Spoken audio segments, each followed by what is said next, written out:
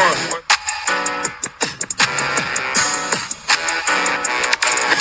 Going on, shout out USC, man. Appreciate the support. Shout out to USC, you know what it is. Thanks for love, man.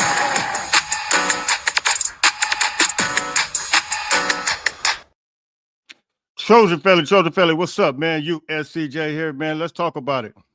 Listen, man, USC yesterday, man, you guys know it was an absolute disaster on defense. And we got to really get into this, man, because, you know, it's a disturbing trend. And we kind of saw some of this in the first portion of the season with the couple of FCS opponents that USC was going up against. However, what we saw yesterday was just absolute, from a defensive standpoint, it was tough. It was tough to watch. It was tough to see. And, you know, here's the thought. And let me get right to this point real quick.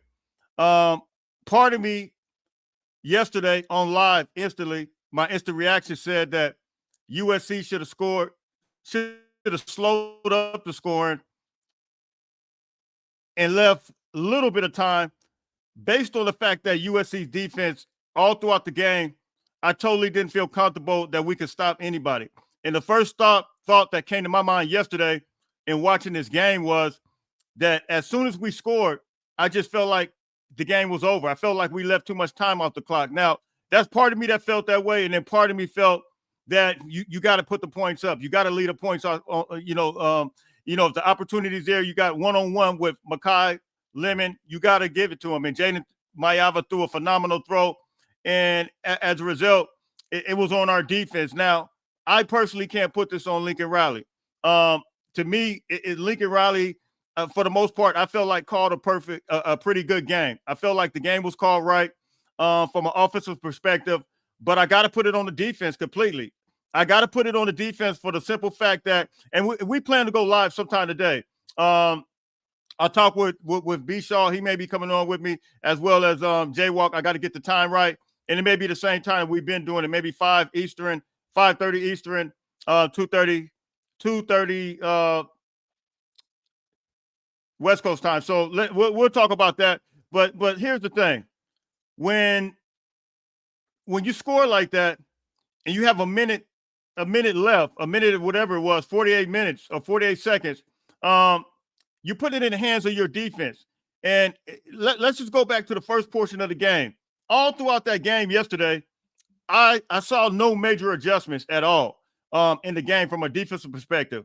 Some said they saw some blitz. I think it was DeCarlos Nicholson might have blitzed one time, but I rarely saw any blitz. I rarely saw any type of changes, adjustments in the game, and that alone made me wonder.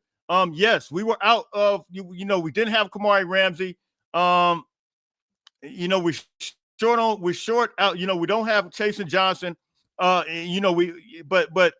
all of us felt comfortable. We felt confident with some of the guys that we had. You just got to wonder though, from a schematic standpoint, did the coaches on the defensive side make the proper adjustments in order for this USC football team to be successful? All throughout the game, we saw constant slants. In my preview, I actually talked about the preview where we constantly seen that quarterback making slants, draw plays, all those things. And we knew that they were going to try to ground and pound us. But for whatever reason, and people could talk about the time difference or whatever. I saw a message this morning talking about that multiple players were have food poisoning. I'm not sure if that's the case. They said Kamari Ramsey had that, and it very well possibly can. But at the end of the day, the guys that were on the field just didn't make plays, and we got to call it for what it is, man. I mean, yesterday our players just weren't good enough to make the plays. I can't put that on Lincoln Riley. The offensive side of the ball, the players were good enough to make the plays. So why would I put that on Coach Lincoln Riley? And here's the thing: you see people putting up all kinds of messages, all kinds of things, and the same ones that are putting up these crazy messages are the same ones that said Jaden Mayava didn't have the IQ, Jaden Mayava didn't have the intelligence, Jaden Mayava is not a good quarterback, and Jaden Mayava is not a guy that I could see leading his team. And Jaden Mayava still playing lights out. Had one mistake yesterday and maybe overthrew a couple of guys. But at the end of the day, look, Caleb made mistakes. Caleb threw 3 interceptions versus Notre Dame. I think Jaden Maiava is essentially like he's leading his team, and it looked like his demeanor for a second might have been down with the interception, but he came right back, and he came and moved and groove, and he was throwing lights out. They kept their end of the bargain. The offensive side kept their end of the bargain. Mekhi Lemon went absolutely crazy. But the defensive side, if you know you got one stop to make, if you know you got just one stop to make, and you know that, look, it's going to end the game. Look, the defensive side had the game in their hands, and they just didn't make the stop. And so I love all those guys. Let me say that. But we got to call it like it is. They just didn't make the stop. And I'm not into the calling out names things. They know who they are. But at the end of the day, do I think they can recover from this? I absolutely think they can.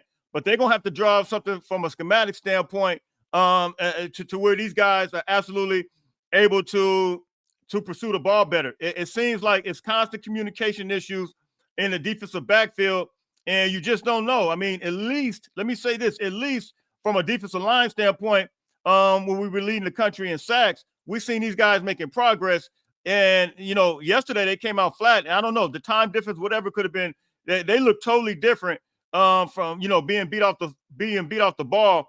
But from get-go, we've kind of seen these communication issues as it relates to the cornerbacks and the defensive backs. I have no idea what's going on with that. You guys can hit me. You guys can tell what you think. Like I said, we'll have Jaywalk and B. Shaw in here. We'll kind of go into depth. But listen, man, we still got a full season to go. Am I giving up on this team? Absolutely not. This team has talent. This team can run with anybody. But part of me feels like this is a Caleb Williams type of situation all over again, meaning that we had a dynamic offense, an offense who could score with anybody, offense who could put up major points, but we can't stop anybody. That's the way I feel right now when I just woke up this morning. I feel like we have a phenomenal offense, but a defense that has some talent, but we can't stop anybody. And I think it could change. I think we have to just go back to the drawing board, man. And look, do you just give up when you don't win a fight? Absolutely not. You keep punching somebody back in the mouth, right? So look, man, hit me in the comments, man. You guys tell me what you think. You know, it's still hope for this USC football team. It is what it is, man. We got to go back to the drawing board. After the day we talk about this, man, that's going to be it, man. So look, hit me in the comments. Tell me what you think. It's USCJ32 on Instagram, USCJ32 on Twitter. I'm out of here. Fight on, fight on, fight on.